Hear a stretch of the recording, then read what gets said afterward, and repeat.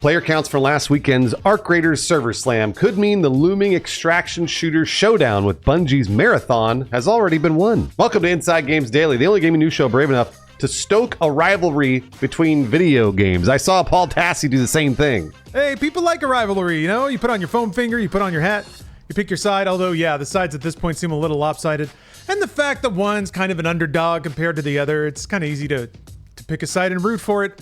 But still, we're here to report the facts, so let's get into it. Yeah, that's true. Arc Raiders hit a peak concurrent player count of 190,000 players on Steam over the weekend.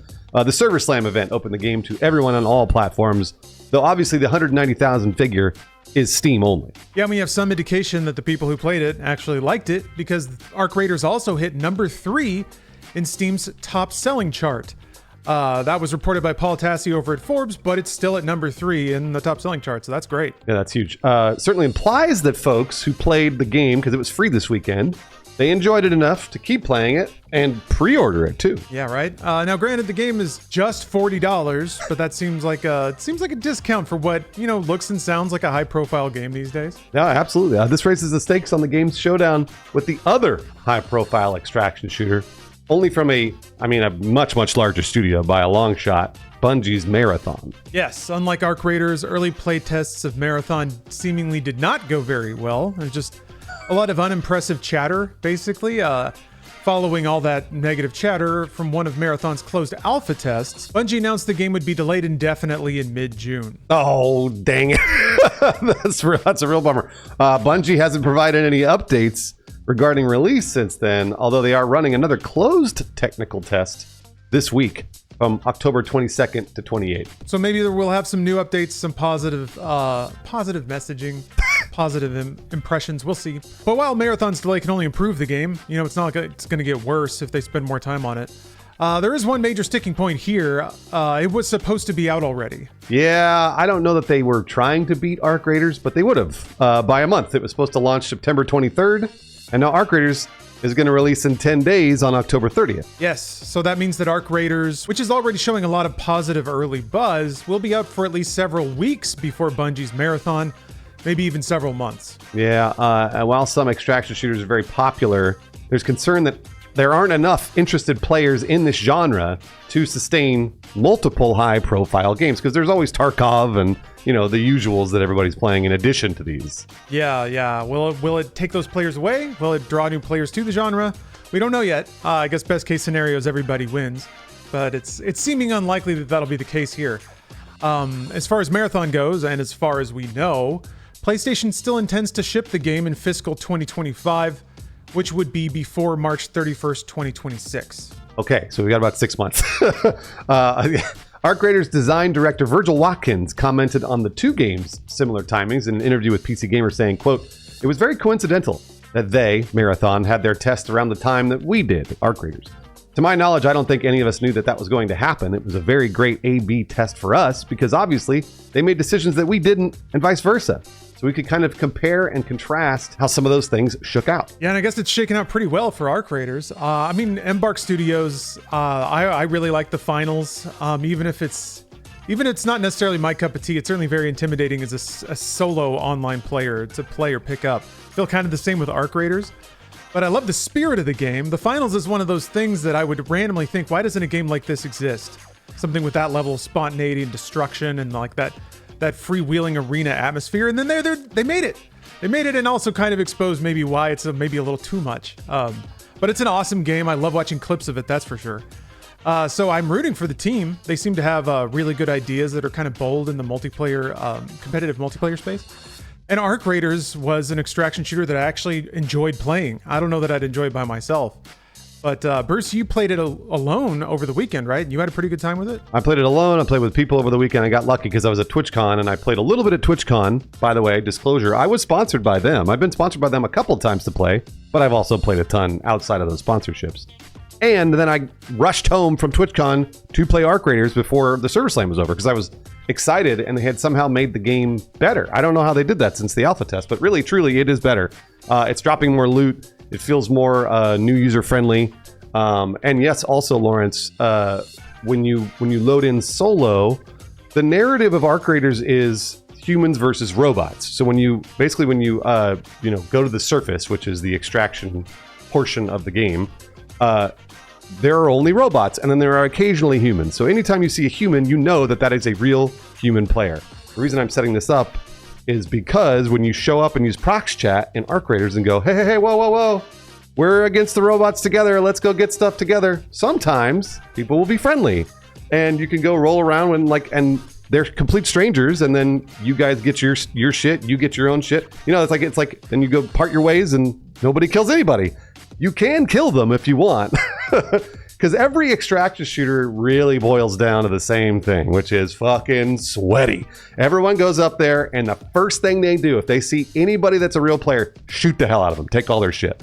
And Arc Raiders, so far, has not settled into that loop, which is interesting. And I like that, because I don't feel like if I see another player, I'm like, oh, fuck, I gotta kill him or I'm gonna die. Like, it's not like that. It's not super stress. Sometimes it is, but not always. Yeah, it did seem like the long-term goals the game puts in front of you do not revolve around killing other players. Unless those other players have done, like, you see them do the thing you need to do, or like topple a giant robot, take all their parts, and then killing the player is probably easier than killing the robot, but that's like way down the line. So yeah, that was a ray of hope that the game had sufficiently messaged to its player base that they didn't have to be homicidal maniacs. And as an individual player, I can imagine something thrilling about spontaneously running into human players online and having it not turn into a bloodbath. But yeah, like you said, I have no faith that it's not going to go there eventually. Other people, man, that's the worst part of multiplayer games. Sometimes. You're totally right, Lawrence. And actually, that is a really good point there, because that's what happened with the finals. The finals I would play and really enjoyed for the first week, maybe a couple days. And then immediately, all of the other players settled into one meta. And those metas were so far away from what a new player would experience. So I would get killed, and I was like, whoa, who did that? How? Why? I didn't have a chance to learn, and I was like, never mind. I don't want to play the finals. And if Arc Raiders turns into that, then I will no longer be a part of that game either. And so Embark has a real tough job on their hands. They have to make this good for new players, extraction shooters good for new players, but then also keep the returning players coming back. So I really hope it doesn't turn sweaty. My gosh, if it turns sweaty, I'm gone again. So that's what I'm worried about. I guess we'll have to see what the future holds, because it's always fascinating to see these games blossom, I guess, or find their place. But still, fantastic numbers. It seems like the servers were functioning all weekend, so the server slam fulfilled its purpose. We're looking at a pretty banner launch for the game, so that's very exciting. And to acknowledge the other game, to acknowledge Marathon, I just hope everybody wins, man. I hope there's enough of an audience for all these things, because Marathon has a really cool look, and I'd like to see a lot more of that. I'd like to see it explored more meaningfully than I guess the game itself seemed to when we saw it. So who knows? Who knows what Bungie can pull out of their hats?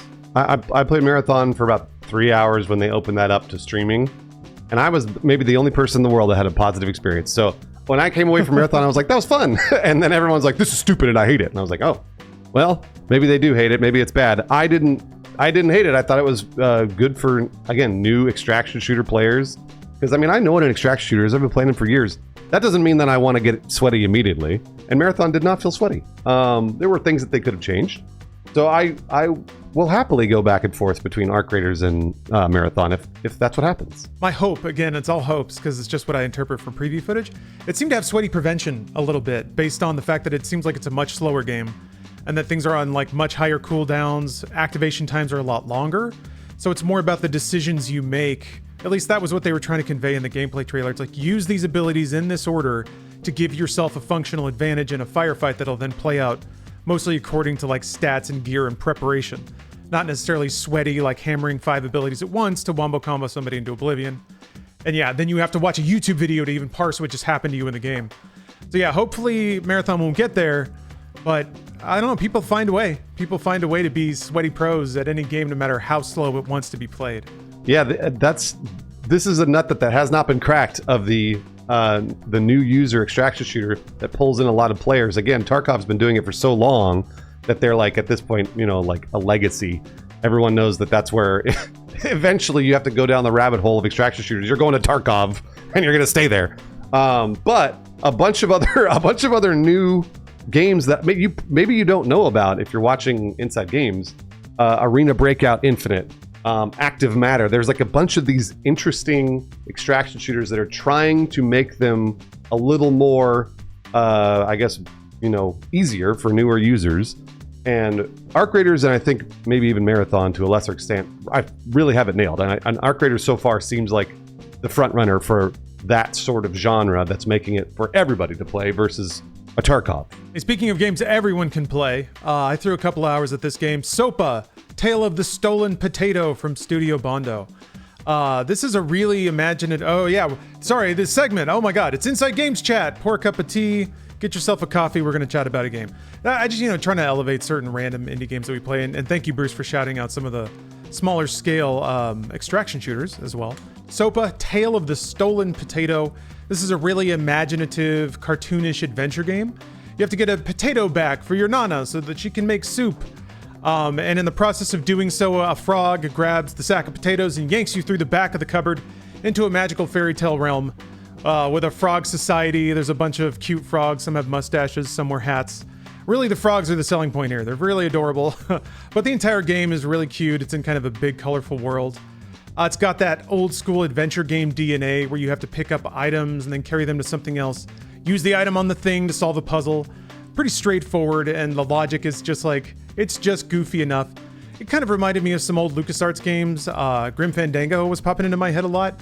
It's not quite as superlative as that game, I don't think. There's some rough edges here, some loose camera work, some jittery animation here and there, but it's really fun. I think its whimsical spirit and humor shine through. It's pretty short, 4 to 5 hours. It's also on Game Pass, $20 on Steam. So give it a shot. Sopa, Tale of the Stolen Potato. It'll steal your heart. Oh, that sounds so cute. I love that, actually. Lawrence, now that we're doing Inside Games Chat, I didn't put this in the script, but you've probably heard of it. Ball Pit. Have you heard of Ball Pit, Lawrence? Yeah, I played that a little over the weekend too, yeah. Ball Pit is taking over currently. It's $15 on Steam. It is from a solo dev. It's a dude who had a couple of friends help him out, basically, making Ball Pit, and it's published by Devolver. And it is good. I didn't mean to play as long as I did. There are so many of these roguelites that have been popping up recently, and Ball Pit is a pretty unique formula of that roguelite, even though it's basically Space Invaders.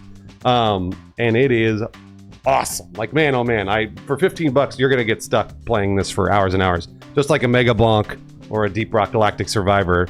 Man, we are eating good, Lawrence. Yeah, I can 100% vouch for Ball Pit as well. I love Breakout and Breakout clones. There aren't a ton of them. There was actually, Breakout Infinite from Atari was really, really good. But yeah, Ball Pit is fucking awesome. Like you said, it's like Space Invaders, except you have a character that has properties and you can buy upgrades, and best of all, it has base management. You go back and you can plop down buildings, and then you got to send your workers to bounce off of them, just like a ball in Breakout. So the mechanics bounce everywhere. Yeah, super, super fun game. And yeah, the time just evaporates. I was up until 12:30 a.m. playing Ball Pit. So yeah, I can agree with that 100%. Oh man, it's so good. Yeah, I really did not mean to play it as long as I did. Thank you again for watching Inside Games. Please subscribe to the channel or use the Do a Hype on mobile if you know how to do a hype for a video. Those seem to be helping us. We also have some folks that support us directly through the Inside Games Patreon. We'd like to shout them out. CZS93, Thane Fireblood, Jared, and Overly Sarcastic Productions. I got a couple as well, Lenny Nieves and Matthew Sladovnik. Thank you very, very much for supporting the show. We love games, we're glad you do too, and we hope to see you next time on Inside Games.